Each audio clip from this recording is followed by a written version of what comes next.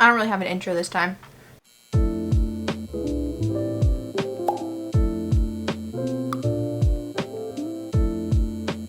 Hello everyone, welcome back to another YouTube video. Today we are talking about Don't Worry Darling, but we're not talking about the drama, we're just talking about the movie because I was lucky enough to see the movie early about a week ago, I think. A little over a week ago. I got to see it early with my boyfriend, Chris, aka Film Stocked, for those of you that don't know. I don't really review movies, like, ever. I have a Letterboxd, but I don't really do much on it, and if I ever do review anything, it's normally with Chris, and it's on his channel, which you can subscribe to, by the way.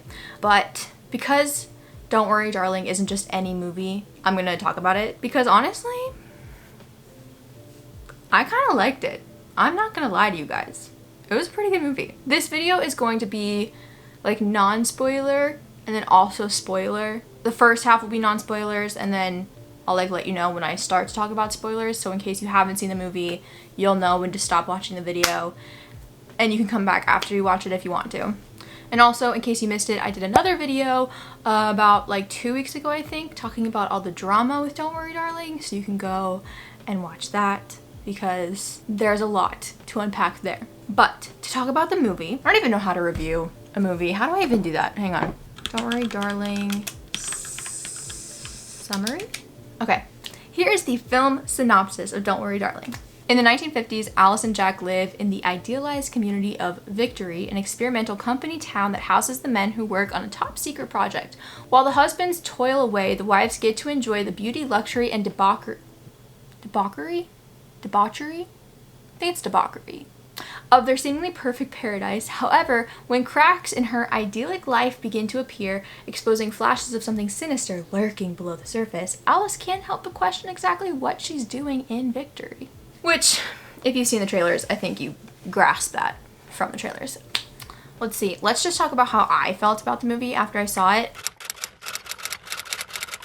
I was very pleasantly surprised. I'm really not going to lie to you. Going into it, I didn't expect much just because of what I knew like was going on with the cast. I talk about this in my video where I like kind of unpack all of the Don't Worry Darling drama with the cast, but like, you know, there were rumors about Olivia Wilde not really doing her job like halfway through filming, and Florence Pugh kind of had to pick up with the directing part of it. There's just rumors about the cast not liking each other and just like so much going on. I didn't expect too much. After the reviews from the Venice Film Festival, it didn't seem like it was getting positive feedback.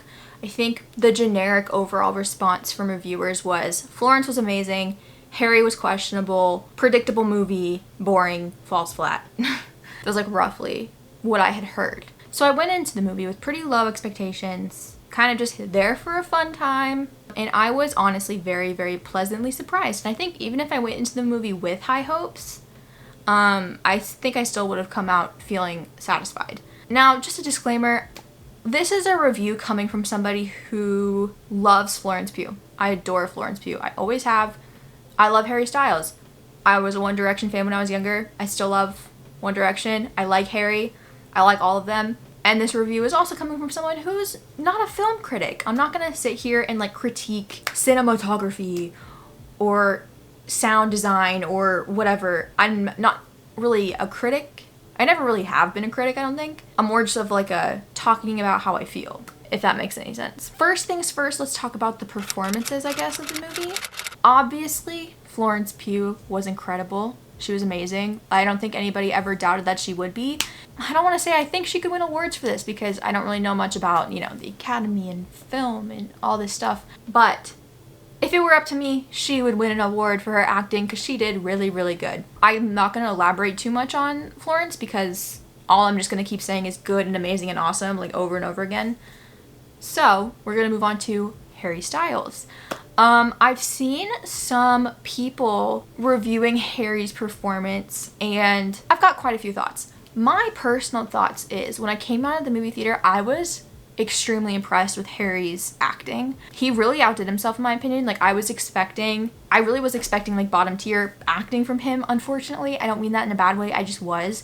And he really, really exceeded my expectations, and I'm kind of excited for him to continue his acting career because, I don't know, I was just very impressed. It was very different from anything we've seen him in so far because what's he been in? He's been in Dunkirk, and Eternals, right? And I think that's about it. So he doesn't have a lot when it comes to like an acting resume. And for somebody who hasn't been acting for a long time, I think he did really good, especially because he was surrounded by actors that are very highly praised. He was surrounded by people like Florence Pugh, Gemma Chan, Chris Pine. Like, he had a lot against him, and I think he did really well.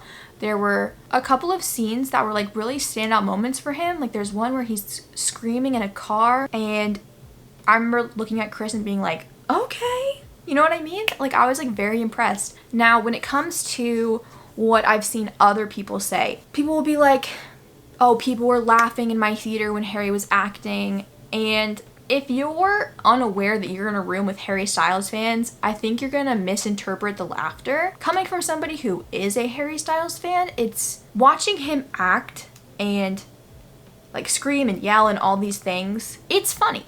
It's funny because I know I'm looking at Harry Styles. There were moments where he was acting and I was like kind of like giggling and stuff because I knew I was watching Harry Styles, but I wasn't laughing because it was bad. I was just laughing because I was thinking about how that's Harry, if that makes sense. The laughter I don't think is at him. It's just at like the situation that we're in because we're so not used to seeing him in this type of like space, you know? But there were some scenes where I forgot that I was looking at Harry Styles.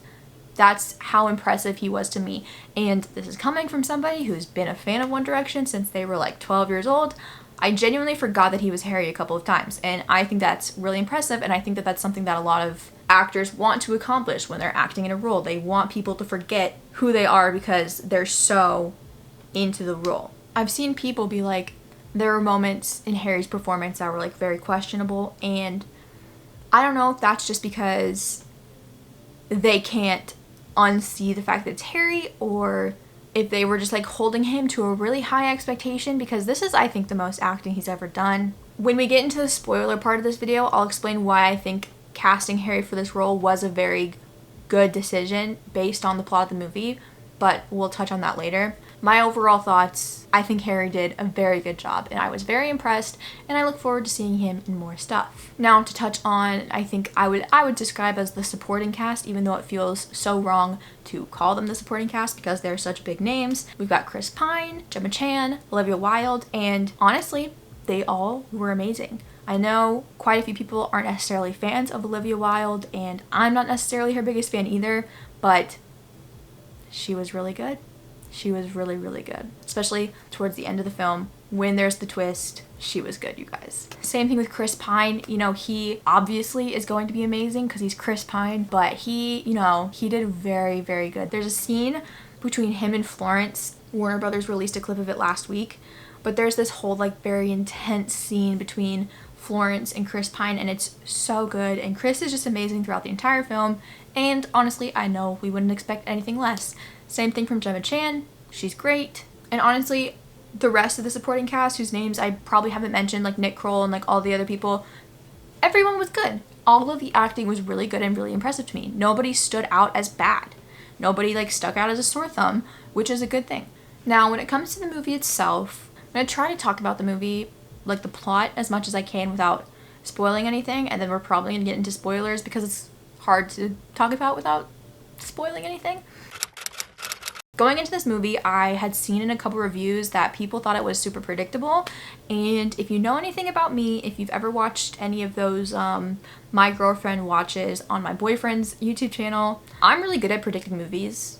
It kind of gets annoying, especially to Chris when I like watch movies with him for the first time, and like we're like 10 minutes into the movie and I like lean over to him and I'm like, oh my gosh, the uncle is actually her father and he killed her sister. And then that's what happens in the movie, and it's like, really? Long story short, I'm fairly good at predicting things in movies, and I don't think it's hard to predict the overall outcome of this movie. I think most people can understand the vibes of where this movie's going, even just based off the trailer, based on the synopsis. I think we all kind of get the general idea, but there were a couple of things that I didn't think were going to happen that happened. There were a couple of things that surprised me, and I'll talk about those more in a second. But even though overall it's a pretty generic plot at the surface level, like there's a lot of other things that happened in the twists and turns of the movie that I was kind of like, oh shit, that I wasn't expecting. And that's always a good thing, I think, when it comes to a movie, especially when you're someone like me who is relatively good at predicting where the movie's gonna go and how it's gonna end and like what's gonna happen. Okay, now I'm going to venture into spoiler territory for this movie. So if you haven't seen the movie and you don't want to be spoiled for it, stop watching the video right now. Okay, I've never done a spoiler talk for a movie, so bear with me on this one. Let's talk about the plot.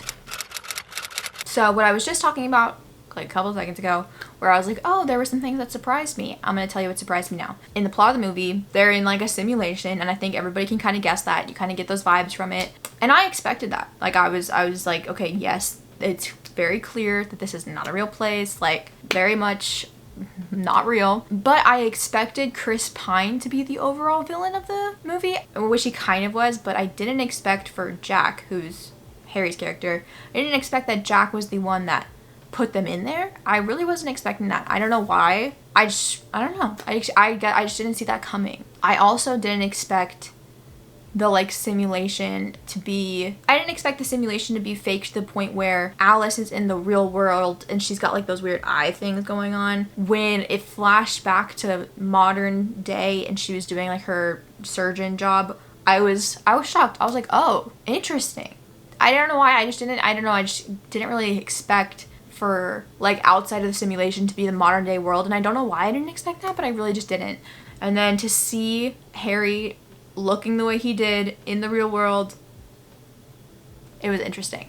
But after watching that, it got me thinking. So prior to this movie coming out, there's lots of critiques from people. People have been critiquing Harry's accent in the film, saying it sounds really weird. People have been critiquing like the costume design, saying like it's like very bare minimums 50, like it's very bland and like not really good. And it's interesting because I think that all of that was on purpose, because it was a simulation, because it wasn't real.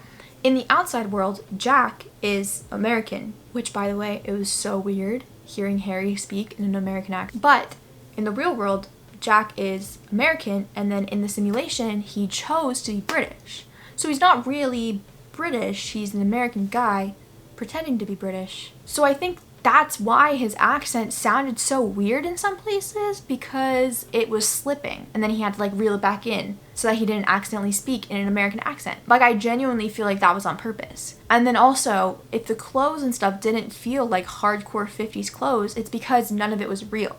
It's all made up, it's all simulation, like, it's not real. Which I think makes sense, and I genuinely think that was done on purpose. And if it was done on purpose, I think that's pretty brilliant. In the beginning of the movie, like, at least for the first 40 minutes, the movie felt very, as Chris would say, the movie felt very ambiguous.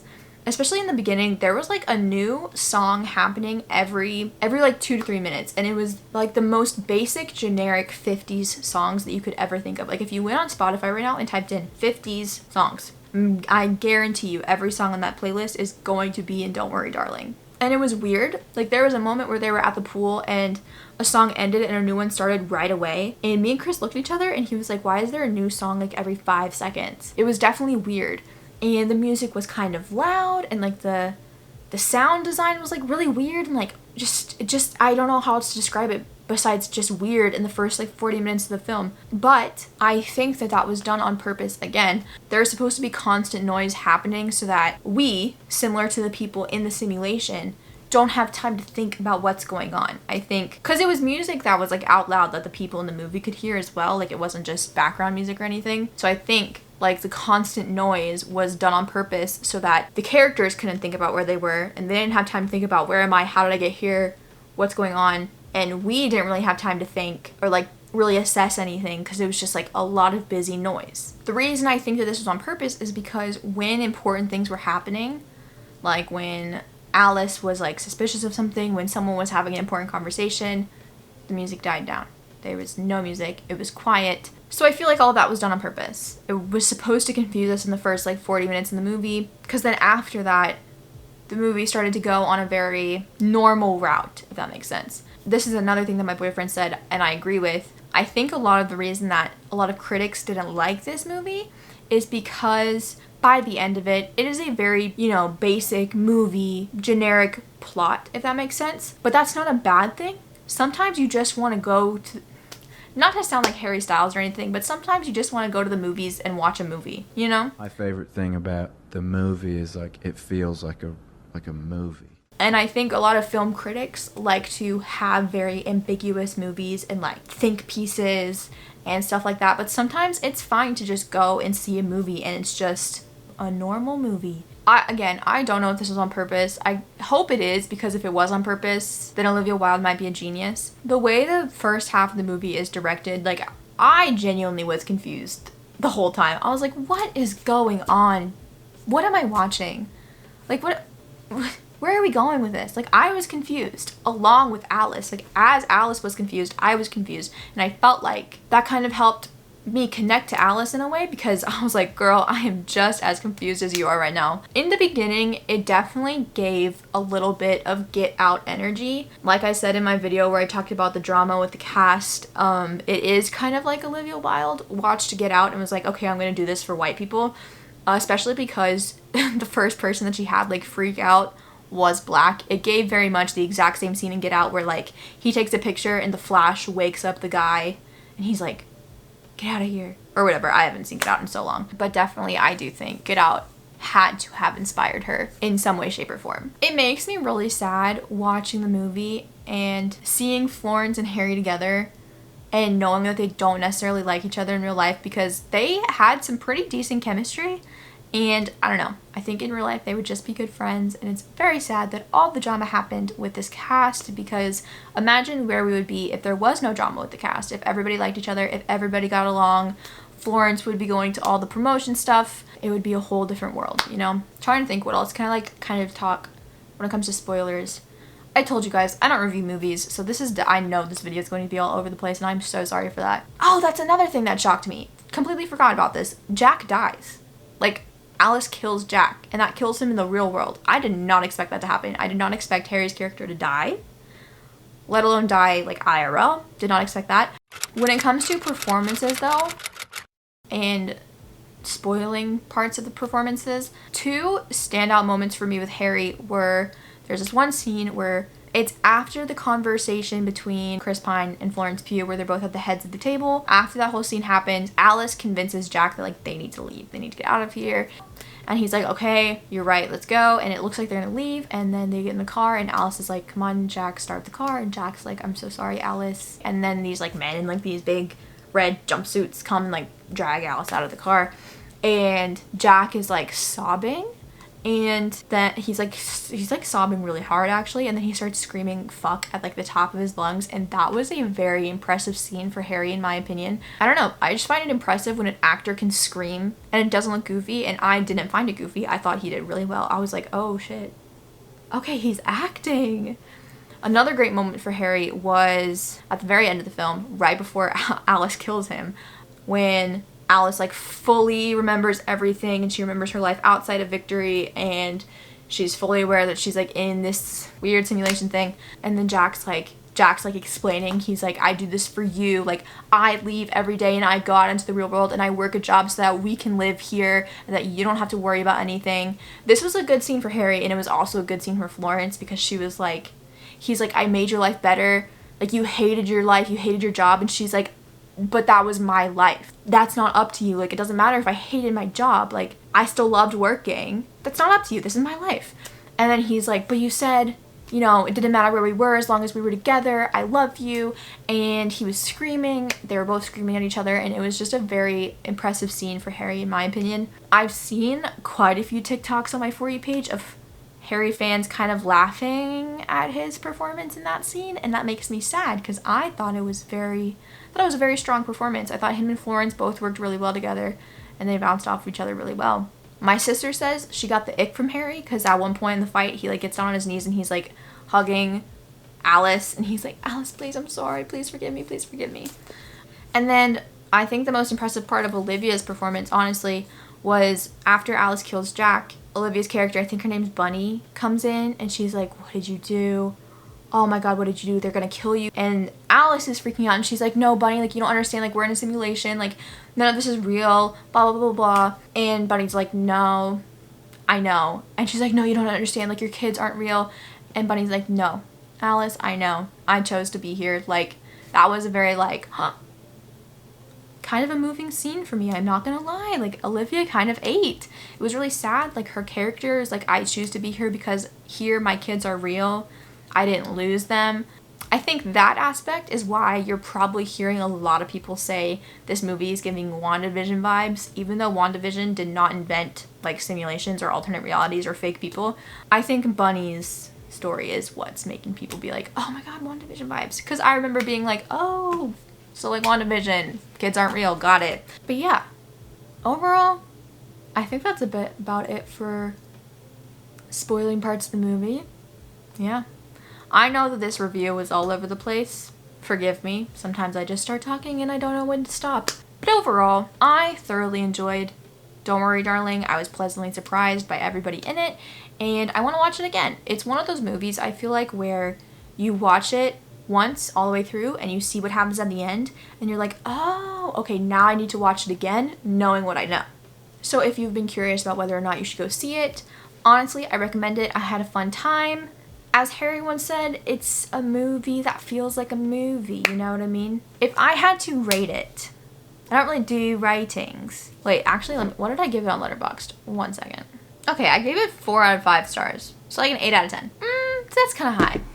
I feel like in reality, it's probably more of like a 7.5 out of 10 because it's good.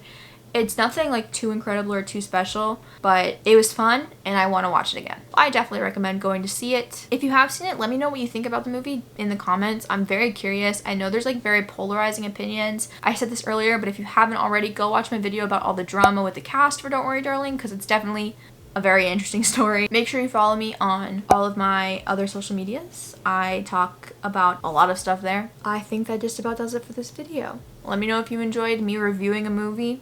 I don't do it much, but I could do it again. But other than that, I think that does it for this YouTube video. So thank you guys for watching and I will see you all next time. Bye.